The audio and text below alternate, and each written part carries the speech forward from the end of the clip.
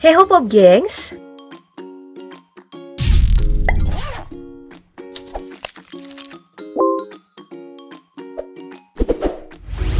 ROTI.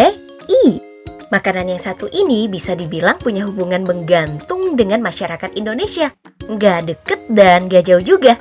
Hubungan gak deketnya ya karena orang Indonesia memang tidak menjadikan roti sebagai makanan utama, seperti bule-bule. Tapi orang Indonesia juga suka makan roti. Hal ini dibuktikan dengan banyaknya brand roti lokal yang masih eksis sejak berpuluh-puluh tahun lalu, hingga brand-brand kekinian yang populer di pasaran. Nah, membicarakan roti, hari ini bagaimana kalau kita jalan-jalan nih untuk mencari tahu bagaimana sih roti dibuat dalam DP proses berikut ini, produksi pabrik roti terbesar.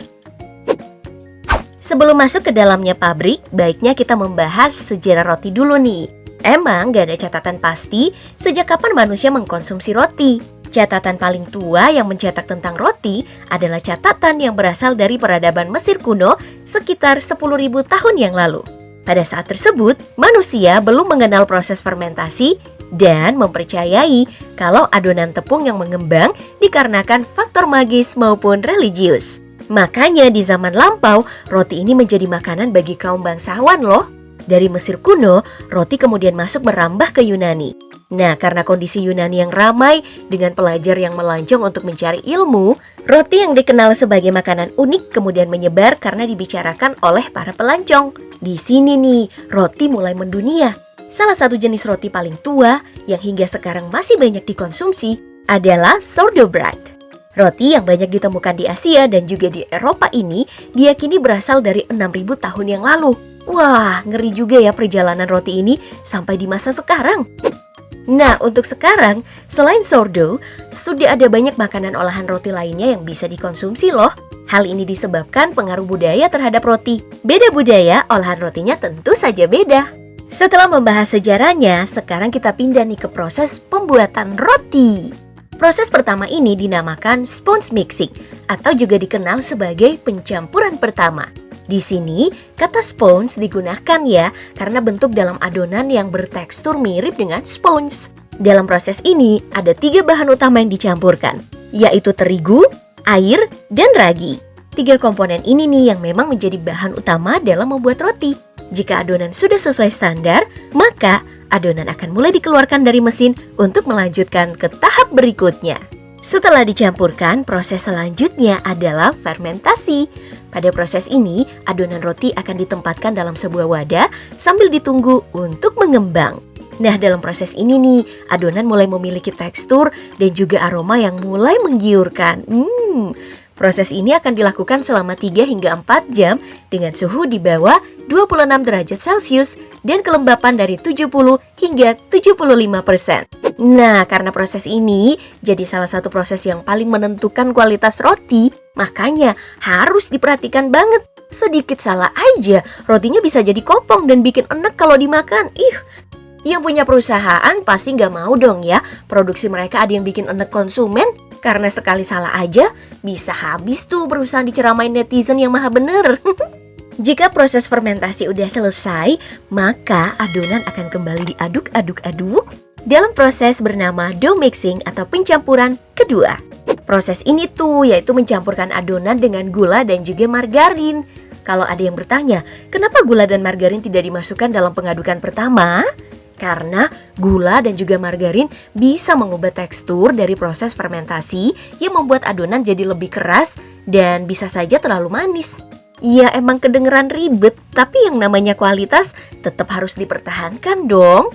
Dari proses pengadukan tadi, sekarang kita menuju ke mesin lainnya yang merupakan konveyor yang melakukan berbagai hal. Pertama-tama, adonan yang udah jadi ditumpahkan ke mulut konveyor. Dalam mesin ini, adonan akan dipotong sesuai dengan standar perusahaan dan dibentuk menjadi bentuk yang lebih bundar.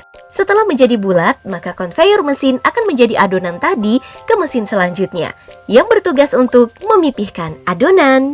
Proses pemipihan ini nih yang ditujukan untuk menghilangkan pori-pori dalam adonannya supaya tengahnya tetap padat. Selanjutnya, adonan yang sudah dipipihkan akan dimasukkan dalam nampan untuk menjalani proses selanjutnya.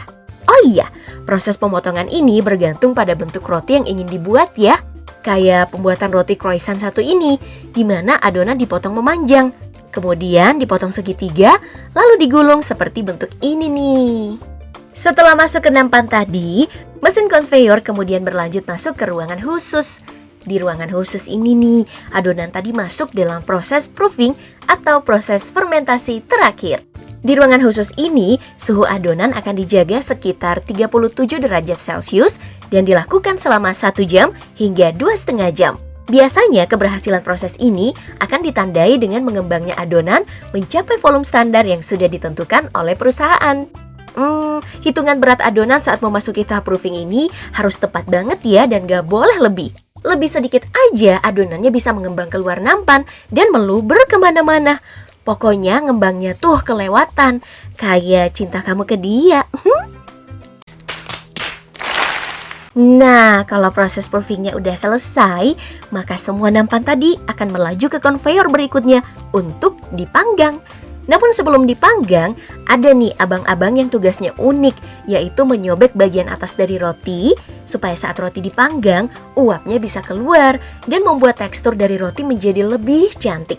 Nah, karena proses ini dilakukan dalam pabrik raksasa, makanya pemanggang yang digunakan adalah pemanggang khusus sepanjang 12 meter.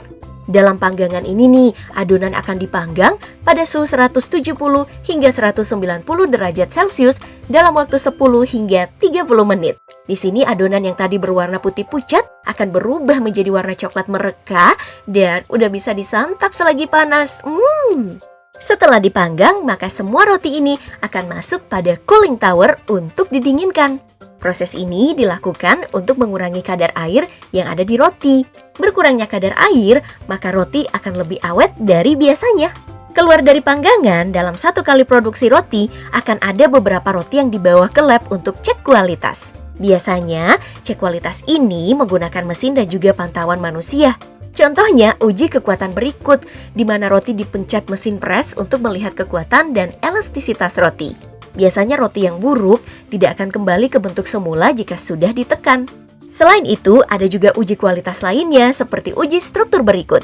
Dalam uji ini, seorang pegawai quality control akan mencermati bentuk dan rongga-rongga roti untuk memastikan semua alat yang digunakan sebelumnya tetap menciptakan roti yang sesuai standar. Nah, quality control yang satu ini tidak hanya menentukan kualitas dari roti, tapi juga semua mesin yang digunakan. Makanya, mungkin aja yang jadi pegawai dalam bidang ini gajinya itu gede banget. Jika sudah lulus uji kualitas, sekarang kita masuk ke proses terakhir, yaitu pengemasan. Untuk roti yang dikemas dalam potongan yang spesifik seperti roti tawar, tentu melewati proses pemotongan dulu. Jika sudah dipotong, maka roti akan dikemas untuk siap didistribusikan. Oh iya, masih dari roti tawar, pengemasan roti ini memang cukup khusus karena direkatkan menggunakan quick lock yang menandakan hari roti tersebut dibuat. Makanya kamu wajib nih hafal warna dan arti quick lock ini supaya roti yang kamu beli bisa seger terus. Yup, itu aja dari video DP proses kali ini. Menurut kamu mana nih tahapan proses paling satisfying untuk dilihat? Sebutkan jawaban kamu di kolom komentar dan sampai jumpa di video berikutnya.